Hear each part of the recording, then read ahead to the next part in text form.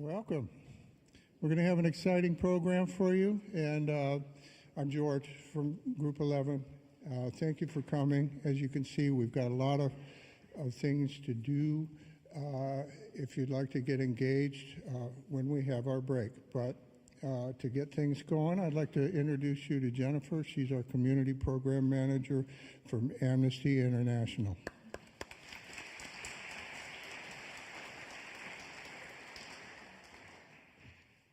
Hi, everyone.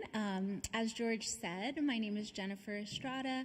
I'm the Community Program Manager at Amnesty International USA, and I am so happy to welcome you all here today as we celebrate together Amnesty Local Group 11's 50th Annual Benefit Concert. Yes, it's worth a round of applause. This is an incredible event. And I want to thank you especially for being here. By coming here today, you all are a part of our movement for human rights. As many of you in the room know, Amnesty International is the world's oldest and largest grassroots movement for human rights around the world. We are 10 million members strong and growing every day. And together, our membership works to demand human rights for all people around the world, no matter who they are, where they live, where they're from. Human rights are for everyone, and our members work every day to ensure folks have those rights and freedoms. Amnesty International was founded in 1961, so we are over 60 years old, and we, from day one, have been built on the idea that ordinary people can do extraordinary things just by coming together, like you all have today, and taking collective action. And that's what Amnesty members do here in New York, across the United States, and around the world. And that's what you all are doing here today, showing up and taking part in human rights work. Amnesty is a research, advocacy, and activism organization. I'm sure many of you know this well, but for anyone who's newer to Amnesty, that means that as an organization, we conduct our own research, and we use that independent, unbiased information to create meaningful, impactful human rights advocacy and activism campaigns. And we have used that work to free people who are wrongfully imprisoned, to change policy here in the United States and in countries around the world. And members like those in Group 11, who are our incredible hosts this evening, they bring their communities together to learn more about human rights, to push lawmakers to do the right thing when it comes to human rights, and they bring folks together to take action. And there are actions here tonight that you all can take. Right now, it's incredibly important for us to gather in this way, for us to be present and aware. We are witnessing a global rollback of human rights and a resistance to an idea that used to be pretty universally accepted, that people have inherent dignity, inherent rights, but there's a real pushback happening, and it's happening across the board.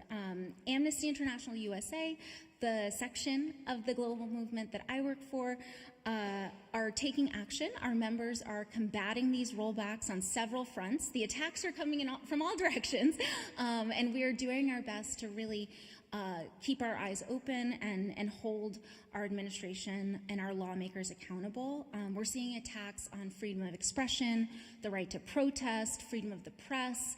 We're seeing immigration criminalized. We're seeing our communities militarized. Even 10 years ago, we would have said, this is impossible, and it's happening today. But by being here, being vigilant, we're pushing back. And these are tactics that we know we've seen in regimes around the world. These aren't new ways of pushing back on our freedoms, but they're happening in a really heightened urgency in this moment.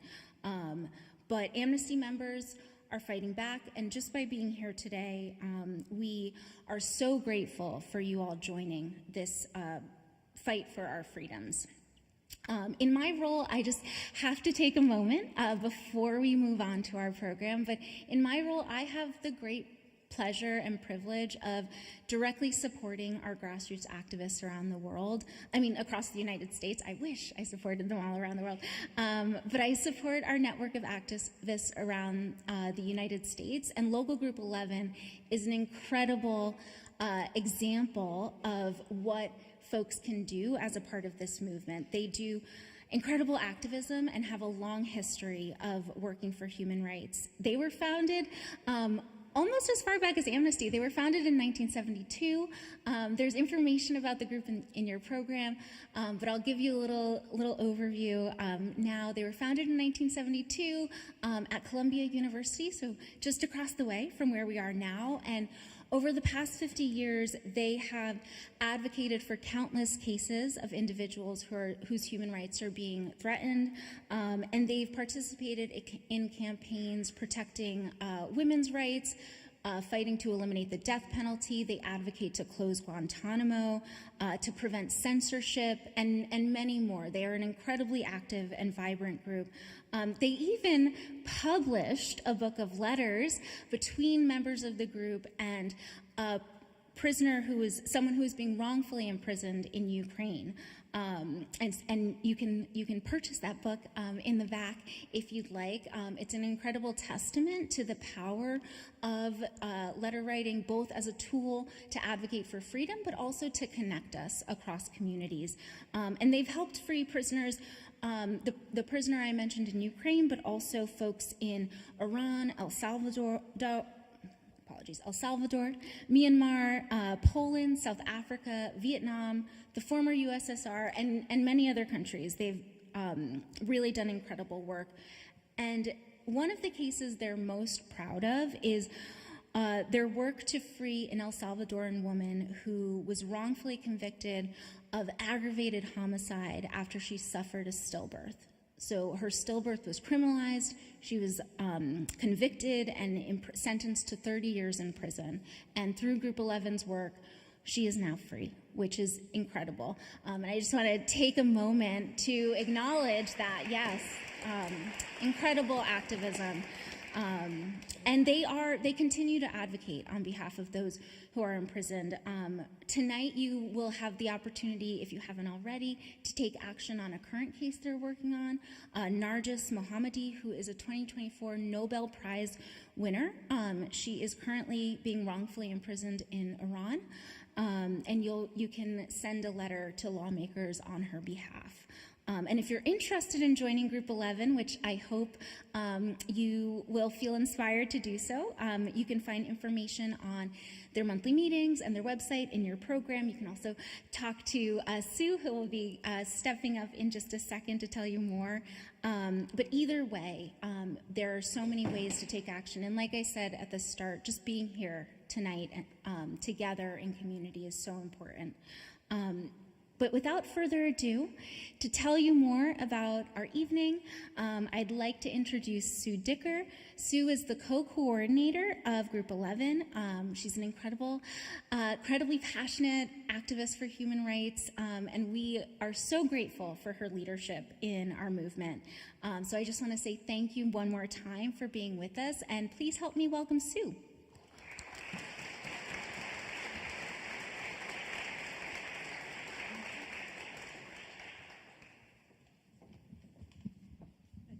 For the short people. Hi. Hi, everybody. Thank you, Jennifer, for that wonderful introduction. And I'm the co-coordinator, she said, with Harry Schwartz. I don't know exactly where Harry is right now, but thank you, Harry, for what? Oh, I hear his voice, so I know he's somewhere. You know, I made a mistake and I didn't save a seat for myself. I didn't think I'd need to save one, but I'll find one after the introduction. Thank you for coming today. I know a lot of you in the audience have been really great supporters for years. You've been coming to these concerts for many, many years, and I want to thank you for coming back. I also want to thank people who are here for the first time. Thank you for your support, and I hope this is not your last time coming to our concert. Everyone has been a little distinct, but they've always been really satisfying and a nice thing to do on a Sunday, a cold Sunday afternoon in New York. Special thanks go to Amnesty International USA. Their financial support has been really helpful to us in putting on this concert. The Broadway Presbyterian Church, you see how beautiful this church is. They've been very generous with their help in putting this together. Some of their members are here running around and helping us set up, and I want to thank them. I don't know all of their names, but thank you. And of course, the members of Group 11. We work all year round writing the letters and sending the letters, as Jennifer mentioned. Some are in the audience, some are at the tables. You've already met them. The table to the left is where you can sign letters on the current cases we have. To the right, during our break, also you'll be able to see some merchandise that Amnesty has and purchase some items if you so wish, and help us more to do the work we do. The money that we earn today all goes to all of the costs we have during the year. The mailing, the paper, the printing, and all of those things all add up after a while. And we have to pay for it ourselves, so you're helping us in that way as well.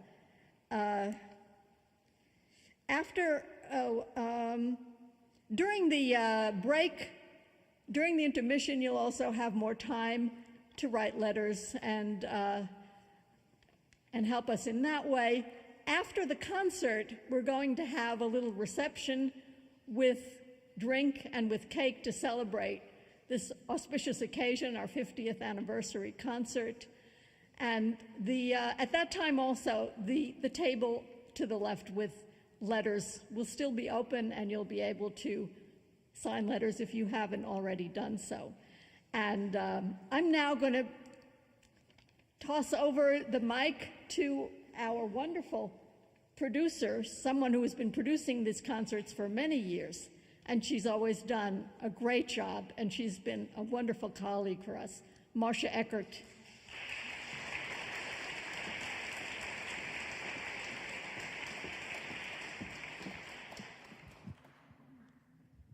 I think that'll work. Can you hear me? Yes. Welcome everyone here, and those of you who are watching at home. You are in for a treat. I want to remind everyone to please silence your phones. This is a very good time to do that if you haven't already. We want to express a big, big thank you to Jimmy Roberts for his performance today.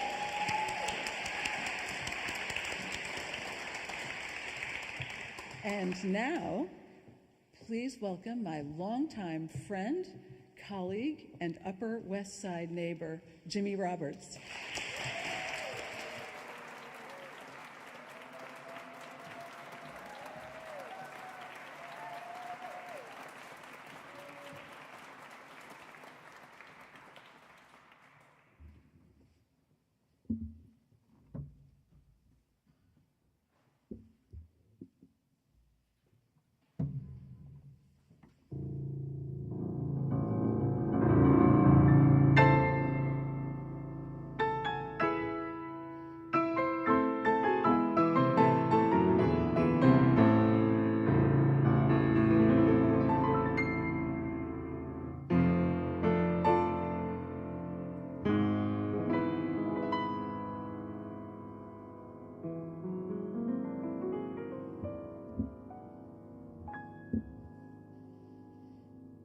Last night, I dreamt I was playing a concerto in Carnegie Hall. Then the maestro said, "Stop, give us something more pop. Enough of this old fol-de-rol. Now millions have heard you play Chopin. The critics applaud and approve. But millions more would simply adore to hear you get in the groove." Me? I said to hear you get in the groove.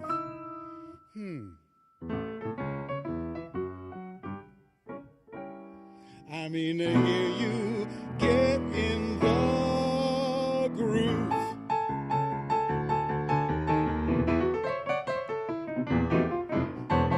You won't believe it, you'll think it's a dream to hear me riffing it right on the beam. But when you hear trumpets give out a call, you know the joint is really jumping down at Carnegie Hall. Instead of Strauss, I play Irving Berlin. Instead of Brahms, it's Begin the Begin. Those classic ackies are due for a fall, 'cause the joint is really jumping down at Carnegie Hall. I'm playing Tiliata, Tiliata, to Shostakovich, Tiliata, Tiliata, Mozart and Bach, Tiliata, Tiliata, and no one knows which, 'cause anything can happen when I start to rock.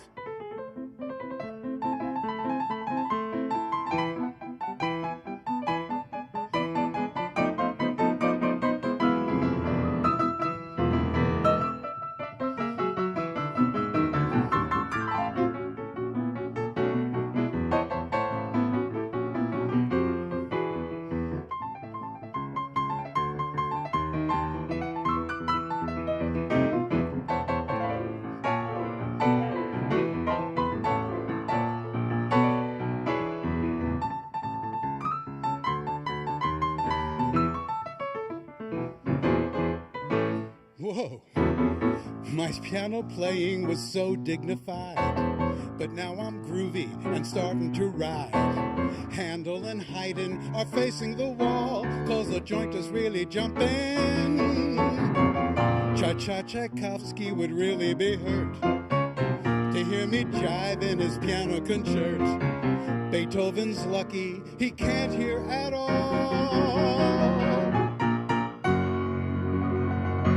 'cause the joint is really jumping. The joint is really jumping. Yeah, the joint is really jumping, and I mean it.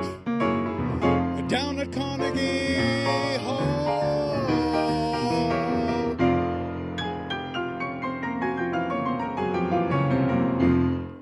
Oh, yeah.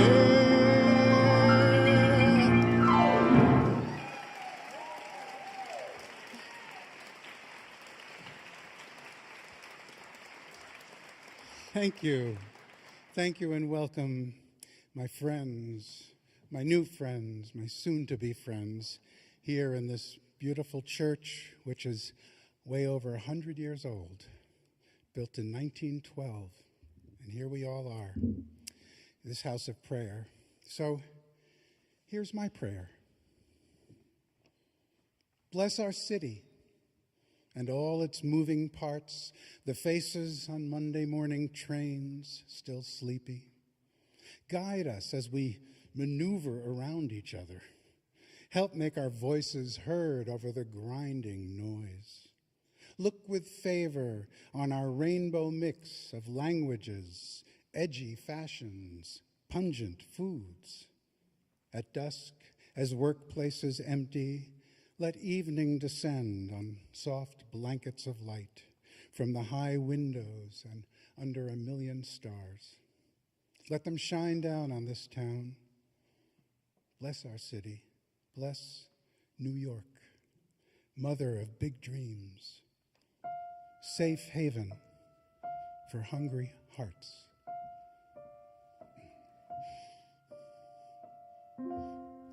I happen to like New York.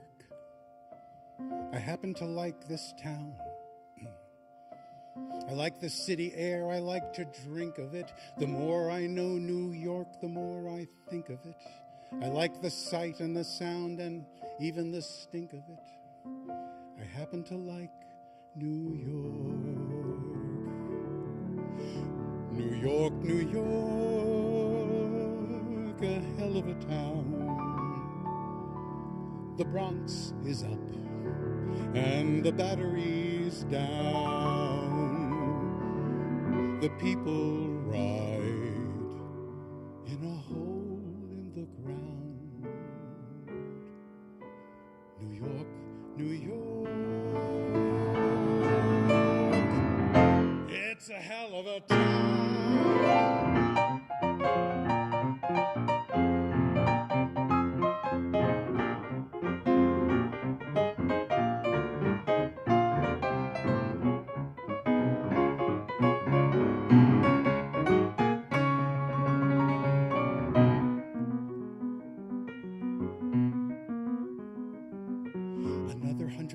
just got off of the train and came up through the ground, while another 100 people just got off of the bus and are looking around at another 100 people who got off of the plane and are looking at us who got off of the train and the plane and the bus maybe yesterday. It's a city of strangers. Some come to work, some to play. A city of strangers. Some come to stare, some to stay. And every day, every day.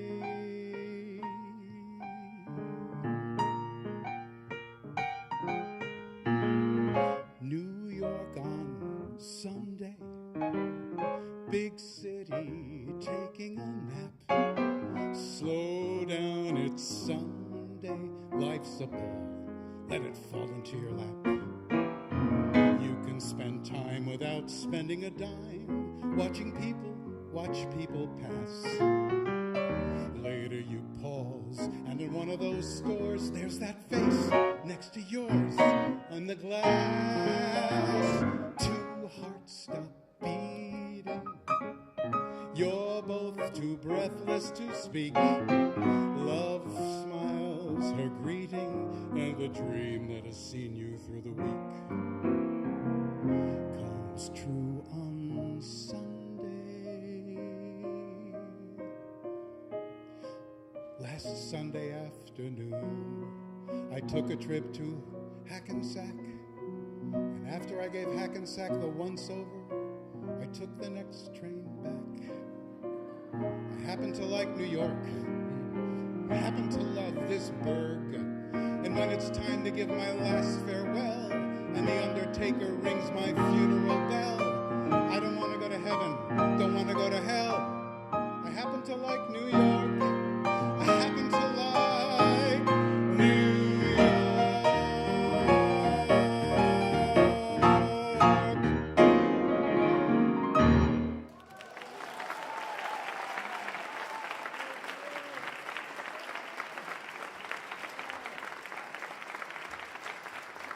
Thank you so much. Thank you. Well, in keeping with the rich traditions of the great American songbook, I should like to play for you some of the music of Antonio Vivaldi.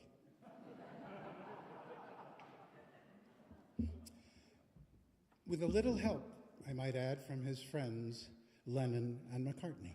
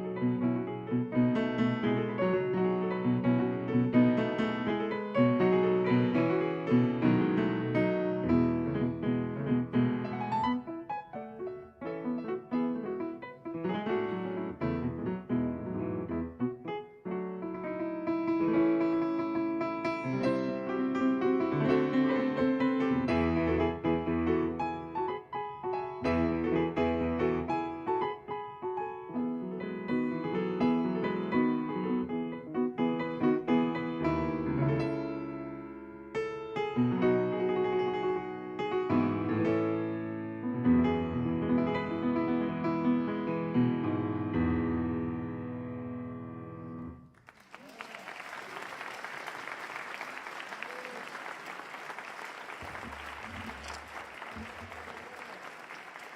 you, music lovers of all centuries. I love time travel, and that's my way of uniting two composers who were writing in the key of E major, separated by a few centuries, but the same rhythm, same spirit. Pianos. Dinosaur of the parlor. Large, clunky, grossly out of tune, Grandma's piano. In Grandma's living room, crowded with photos and silver frames and piles of tattered sheet music. On Thanksgiving, you and your cousins swiggled onto the bench to play heart and soul. You chords, he melody, until your little sister ruined everything by adding a discordant chopsticks. Once every middle-class home had a piano. The names embossed on the front of the case spoke of old-world craftsmen or sturdy American brands, Steinway, Knabe, Chickering, Wurlitzer. There were parlors and there were parties. Someone mixed the drinks. One of your uncles played by ear and everyone gathered round.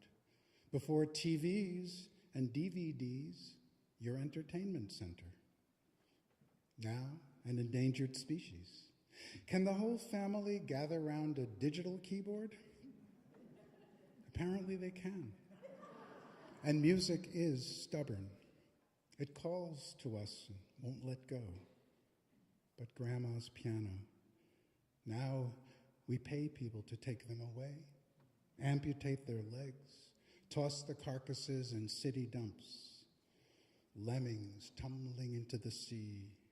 Dinosaurs, nothing left but dried bones, and the faint echo of your uncle crooning a silly song. It seems to me I've heard that song before. It's from an old familiar scar. I know it well, that melody.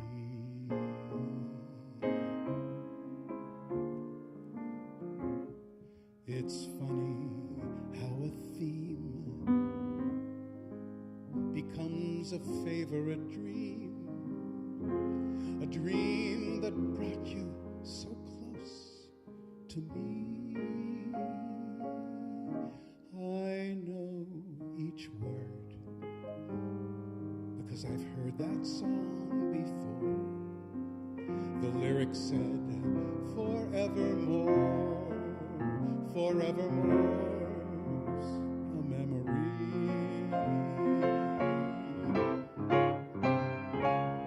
Please have them play it again, and I'll remember just when I heard that lovely song before.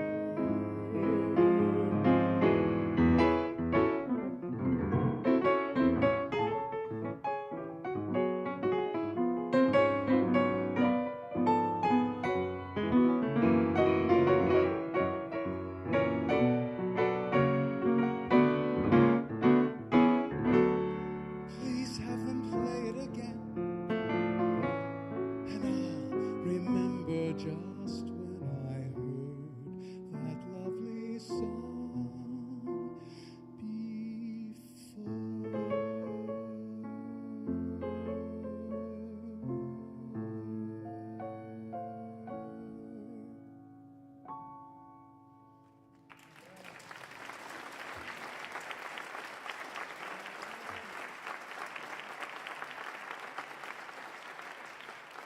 Thank you.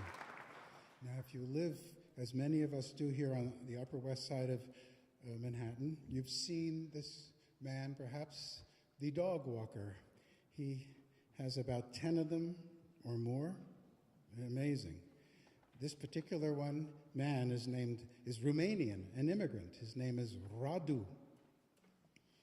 And he has what they call what do they call it? An LPR, a lawful permanent resident, otherwise known as a green card. And this is his first job walking dogs, but he hopes to become a citizen.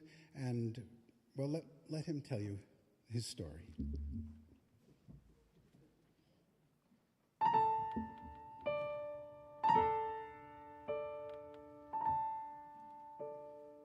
I come here from Romania, speak no English, have no job. So first thing I am doing is to drive the taxi cab. But the passengers get crazy from the places I don't know. So I'm finding clientele who not so fussy. Where's I go?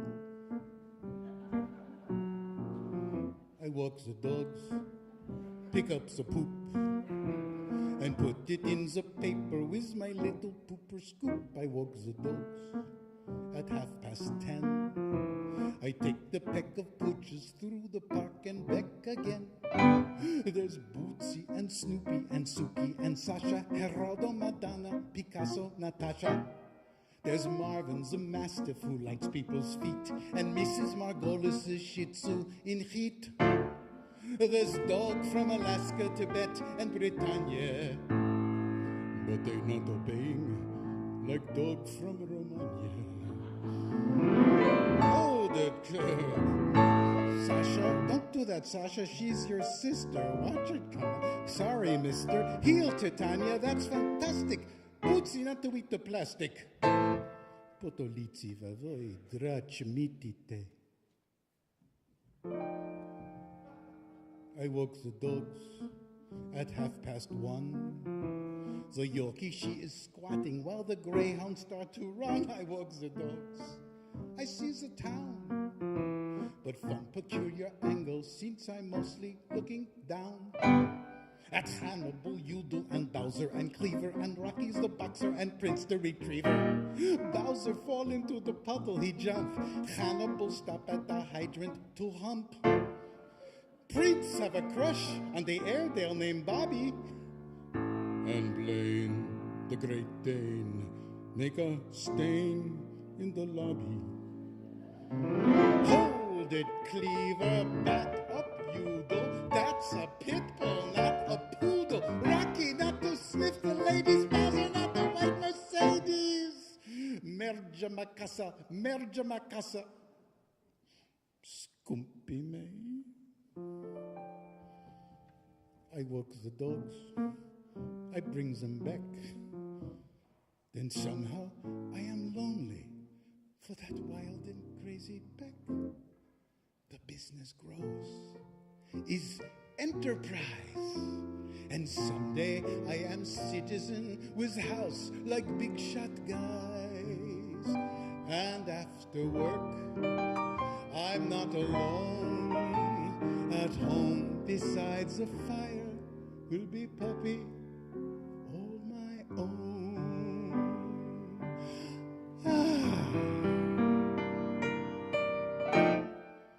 For someone else to walk.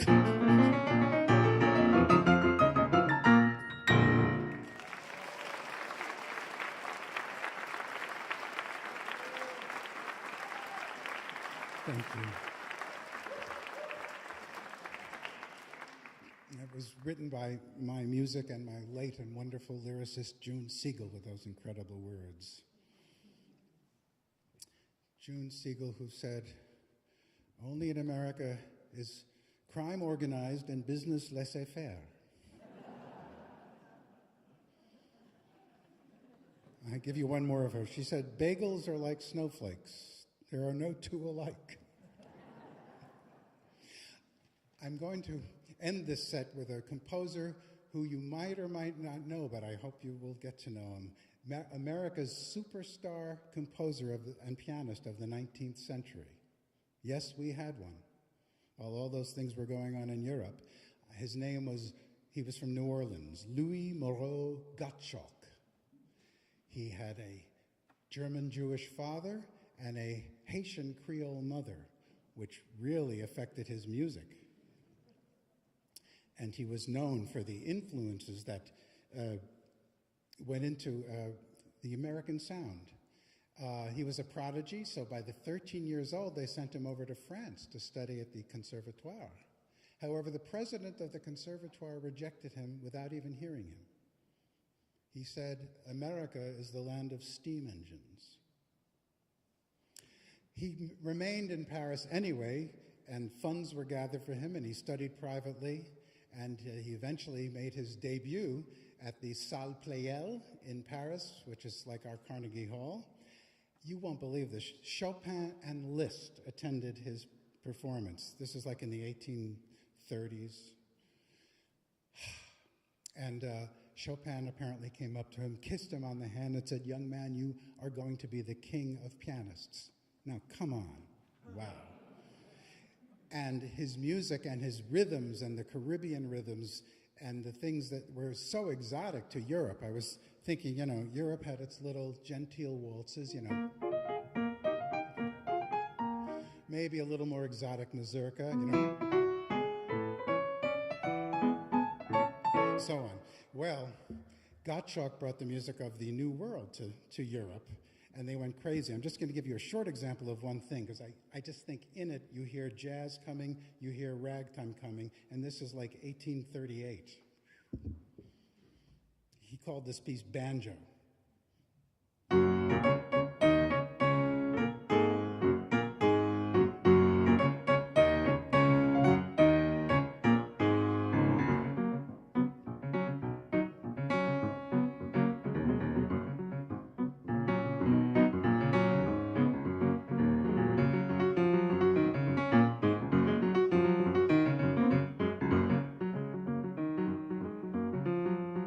That's my favorite part.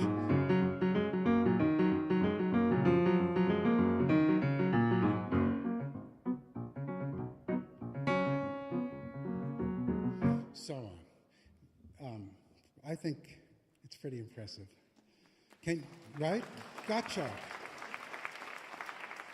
Listen, folks, he kept a diary. He came back to America and toured this country for the next few years of his life. He didn't live that long. But it's one of my favorite books, Notes of a Pianist. How could I resist that? Anytime I have a friend, I say, name a city, and they'll name like Elmira, New York. You'll look in the index, and there's Gottschalk pulling by train into Elmira and hating the hotel and the food and the audience. But war broke out, of course, in our country then, and he continued to tour. Sometimes there were soldiers, wounded soldiers on the trains he was on, and eventually he was given a date in Washington and playing for, some biggies. I'm just going to read you what he wrote in his diary about a concert. 1862, March 24th, 1862, concert at Washington, he says. The President of the United States and his lady are to be there. I have reserved seats for them in the first row. The Secretary of State, Mr. Seward, accompanies them. Mrs. Lincoln has a very ordinary countenance. Lincoln is remarkably ugly, but has an intelligent air, and his eyes have a remarkable expression of goodness and mildness. After an encore, I played my Fantasia, the Union. That's what I'm going to play for you now. But I also thought other musicians here couldn't resist this part of Gottschalk's diary. He goes, I played very badly and was furious with myself, which, however, didn't prevent many of my friends from coming to congratulate me on my success. One of them, who was present at my earlier concert, at which, by the way, I played very well, said to me, well and good, you are in the vein tonight. For the first concert, one saw that you were badly prepared. Don't we all know this feeling? Anyway, the concert began with a soprano, Madame Variani, singing our national anthem, which actually has more verses than the ones we know. And I just wanted to give you a sense of what it was like then. Madame Variani sang the Star-Spangled Banner, each stanza of which was applauded to the skies and encored. The enthusiasm, nevertheless, is confined to the gallery filled with soldiers. The parterre, the boxes, and orchestra seats abstain from demonstration. You are not ignorant that Washington is a very doubtful loyalty and that her most influential families sympathize with the South. Talk about a divided country. This is the piece that he played for President Lincoln that day. I'm playing it for you. It has our American hymns that we all know, and a little dash of Yankee Doodle, and a little bit of a parade passing by.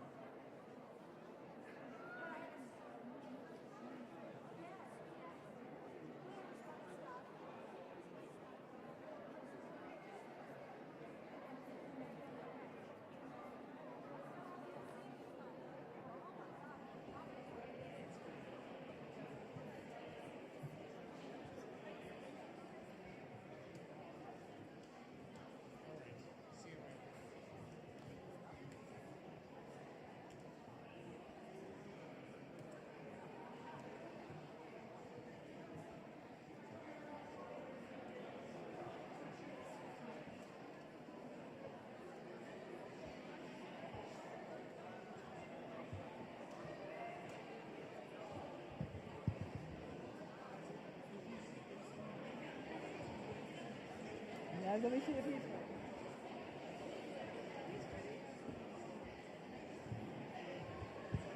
ready. Okay, everyone, please have your seats. Take your seats, that is.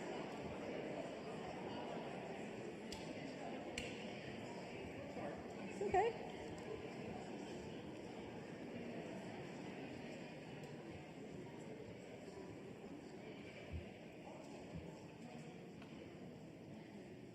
And here he is again, Jimmy Roberts.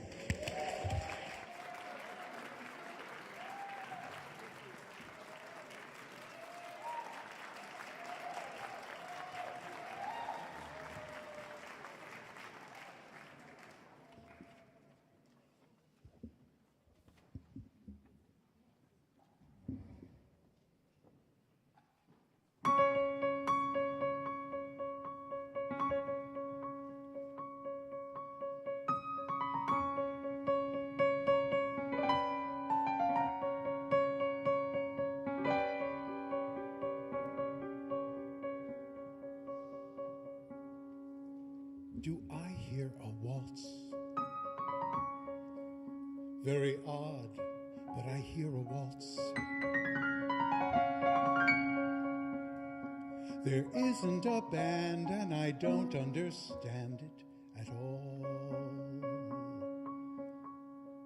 I can't hear a waltz. Oh my Lord, there it goes again. Why is nobody dancing in the street? Can't they hear the beat?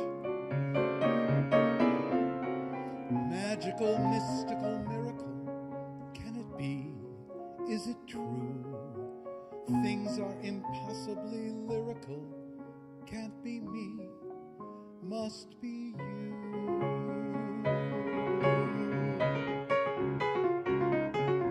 I do hear a waltz. I see you and I hear a waltz. It's what I've been waiting for all my life, to hear a waltz.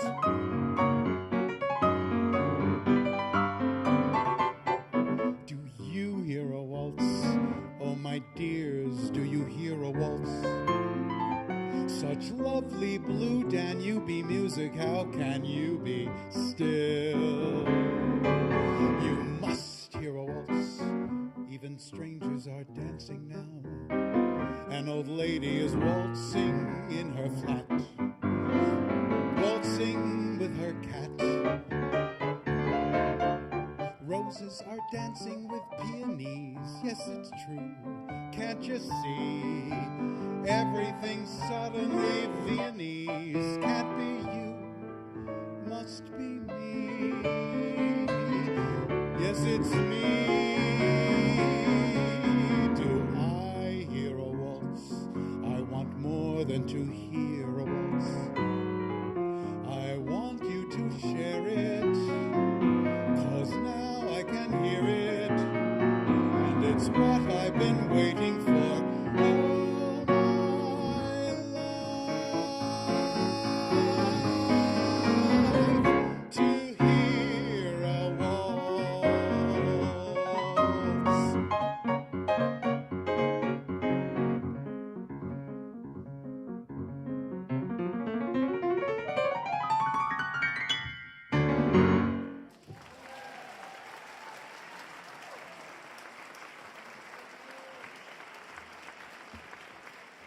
Thank you. I wasn't going to say anything after that, but I couldn't resist saying that those lyrics were by Stephen Sondheim.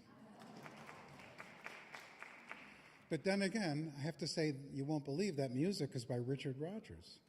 Did you know that the two of them wrote together once? A Broadway show in the mid-'60s called Do I Hear a Waltz?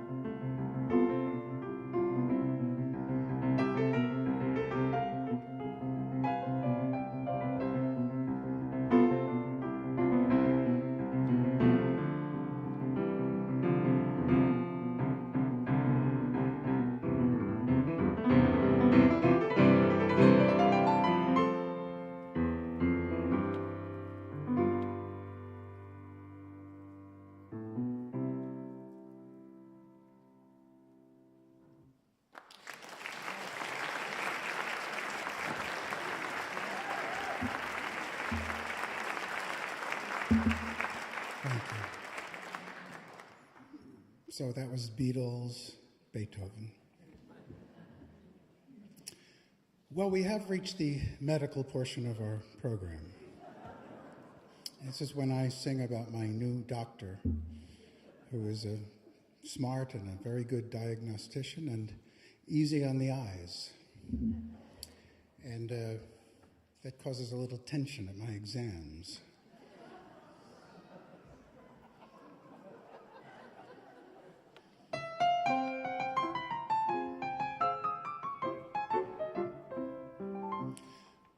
I'm in love with my primary care physician. Quite the best-looking doctor in the state. She looks after my physical condition, and her bedside manner is great. When I gaze up and see her there above me, as she examines my every little quirk, I get tempted to whisper, "Do you love me? Or do you merely love your work?"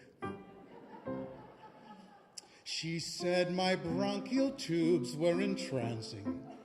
My epiglottis filled her with glee. She simply loved my larynx and went wild about my pharynx, but she never said she loved me. She said my epidermis was darling and found my blood as blue as could be. She loved my lymphatics, and she never said she loved me. Though no doubt it was not very smart of me, I kept on racking my soul to figure out why she loved every part of me, and yet not me as a whole. She said my cerebellum was brilliant and my cerebrum far from NG. I know she thought a lot of my medulla oblongata, but she never said she loved me. She said my vertebrae were sehr schön and found my coccyx plus que gentil. She murmured molto bella when she tapped on my patella, but she never said she loved me. But as a man, I thought it best to appeal to her with something to make her heart melt. So I began to discreetly reveal to her this private ache that I felt. She took my hand and said to me gently, "Ah, the human heart's a puzzle, you see, for which there is no ointment. Now about our next appointment." But she never said she loved me.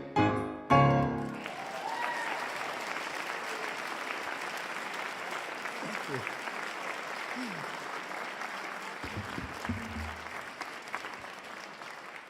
Well, again, I can't not give you the lyricist, also the composer of that, Cole Porter.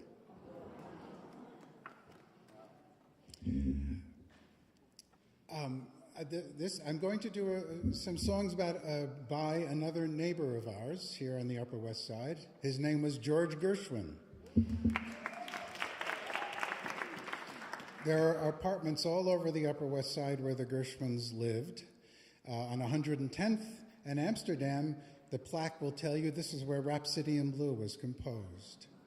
And then he lives on my street. He lived on my street, 103rd, right off of West End, between West End and Riverside. 316 West 103rd is Gershwin's brownstone. His family lived there. It was one of the first brownstones with an elevator for the 4 or 5 floors it was. And his father, his Russian immigrant Jewish father, couldn't get over that elevator. And he'd often just be sitting there and people thought he worked there. He also had this heavy accent, so he'd proudly say to people, "My son is Judge Gershwin, the eminent jurist." And as we all know, George wrote a song called Fascinating Rhythm, which to Mr. Gershwin was Fashion on the River. Judge, play Fashion on the River for them.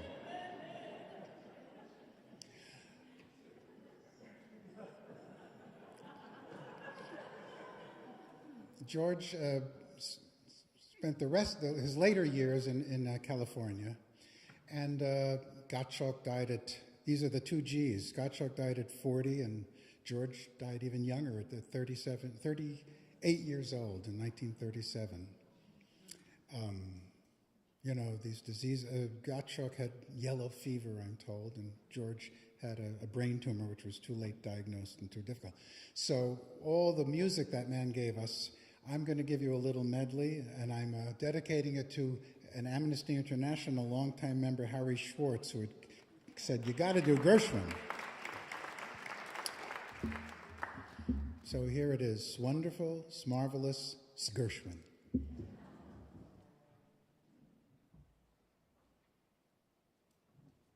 I forgot. I'm sorry, sound man. I forgot to read my Gershwin poem. New York photograph. Cocktails in hand, black hair lacquered down, men in tuxedos are chatting with graceful women. It's a dinner party on Park Avenue in grainy black and white, 1935. George Gershwin is at the piano. When was he not? Across the room, an older couple laughs uproariously at something, and I'm imagining myself into this photo, entering that moment. Is it like being born again, or some hybrid of now and then, my sensibilities, their decade, my knowledge of what's to come, their sense of being at home in 1935 at a dinner party to which I'll never be invited.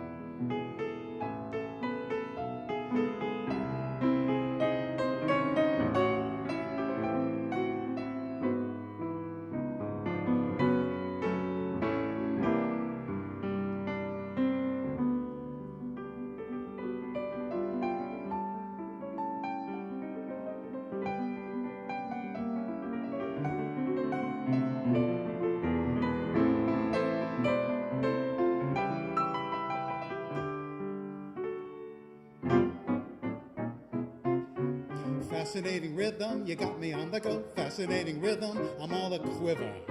What a mess you're making, the neighbors want to know why I'm always shaking, just like a flivver. Each morning I get up with the sun, start a hopping, never stopping, to find at night no work has been done. I know that once it didn't matter, but now you're doing wrong when you start to patter. I'm so unhappy. Won't you take a day off, decide to run along somewhere far away off and make it snappy? Oh, how I long to be the man I used to be.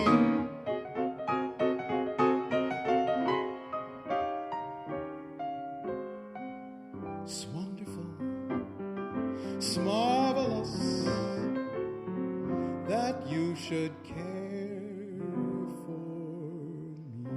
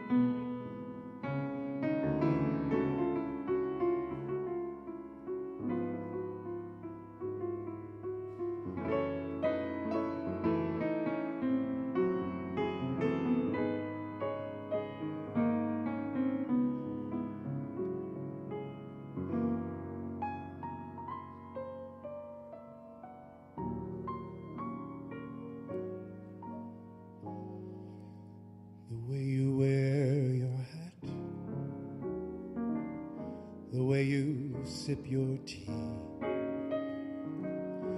The memory of all that. No, no, they can't take that away from me. No, they can't take that away from me.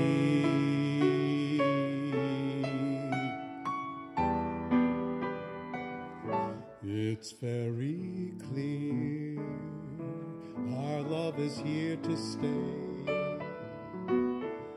Together we're going a long, long way. In time the Rockies may crumble, Gibraltar may tumble, they're only made of clay. But our love is here, everybody. Our love is here. One more time. Our love is here to stay.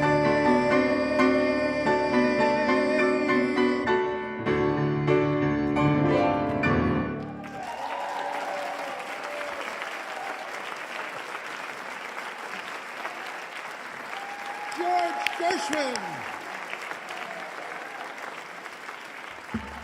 Oh, thank you. What a part of town we live in. And 106th Street is Duke Ellington Boulevard. And, oh yes.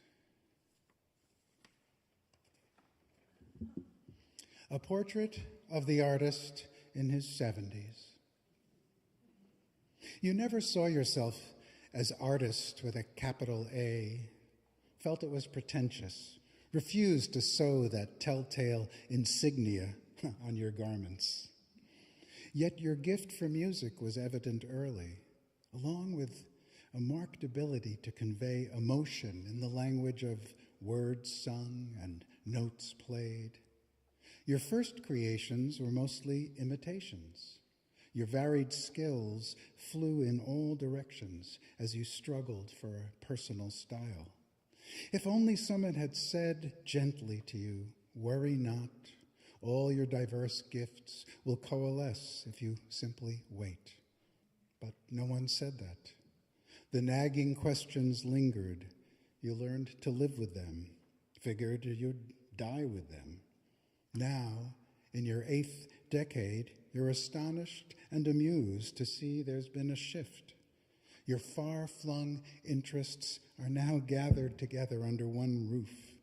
Your multiple talents have merged into one artistic bundle, popular with classical, spontaneous with formal, funny with earnest, whimsical with clear-eyed.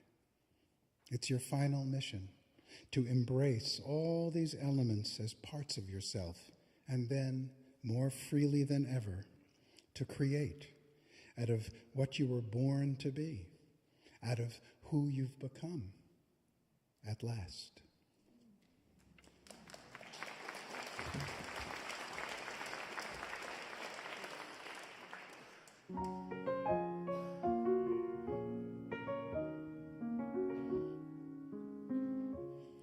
I've got a roof over my head. I've got a warm place to sleep. Some nights I lie awake counting gifts instead of counting sheep. I've got a heart that can hold love.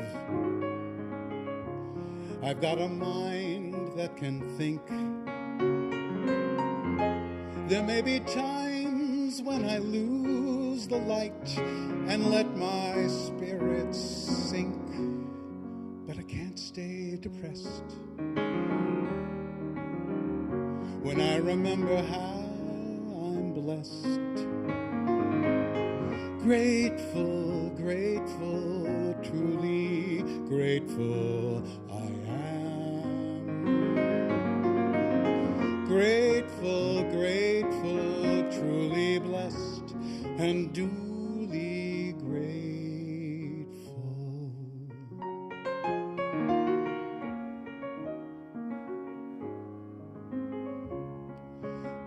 in a city of strangers.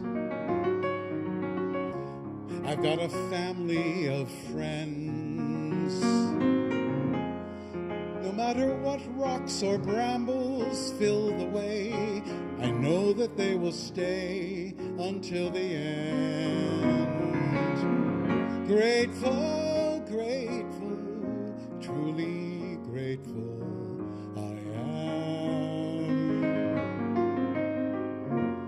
Grateful, grateful, truly blessed and duly grateful.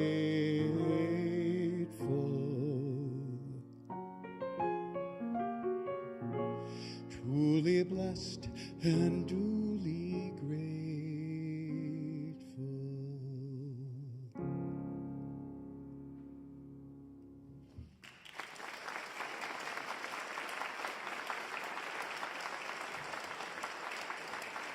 Thank you. And I am grateful so much to so many people, including the Amnesty International folks for bringing me here, and my dear friend Marcia Eckert for pitching me to that group. Thank you, Marcia.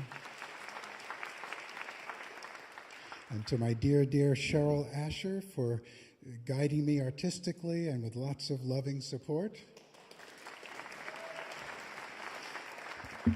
And for friends and family and cousins who have come here from a great distance from the Commonwealth of Pennsylvania. Just to be here, I'm so touched. Thank you, folks. And all of you for just spending these 2 hours with me. Thanks a lot. And I want to leave you with a song, again, of Stephen Sondheim and the music of Stephen Sondheim.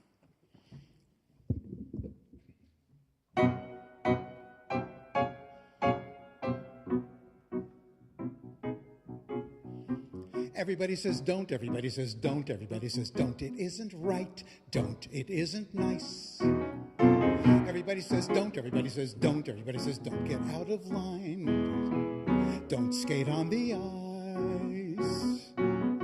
Well, I say do, I say walk on the grass it was meant to feel. I say sail, tilt at the windmill, and if you fail, you fail.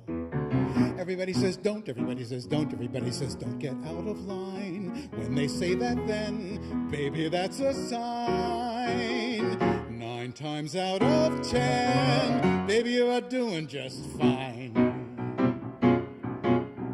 Make just a ripple. Come on, be brave. Next time a ripple. This time a ripple, next time a wave. Sometimes you have to start small, climbing the tiniest wall. Maybe you're going to fall, but it's better than not starting at all. Everybody says no, everybody says stop, everybody says mustn't rock the boat, mustn't touch a thing. Everybody says don't, everybody says wait, everybody says can't fight City Hall, can't upset the cart, can't laugh at the king. Well, I say try, I say laugh at the king, or he'll make you cry. Lose your poise, fall if you have to, but baby, make a noise. Everybody says don't, everybody says can't, everybody says wait around for miracles. That's the way the world is made. I insist on miracles. If you do them, miracles, nothing to them. I say don't be afraid.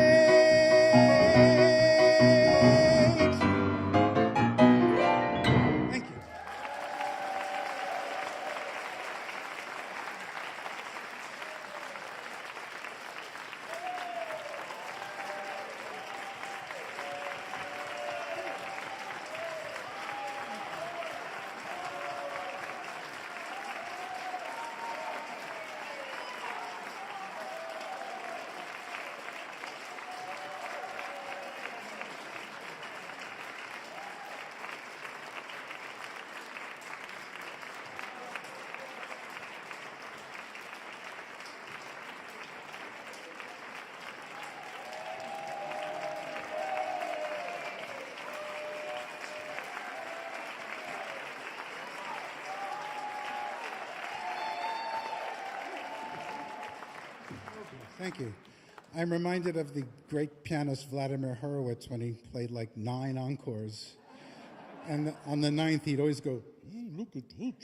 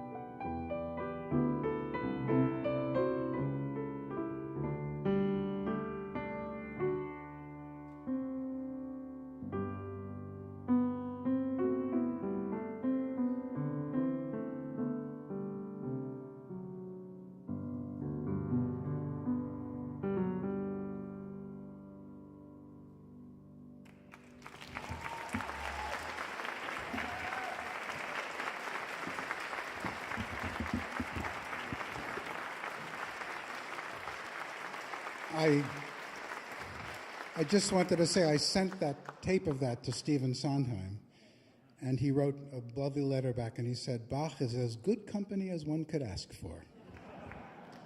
Good night.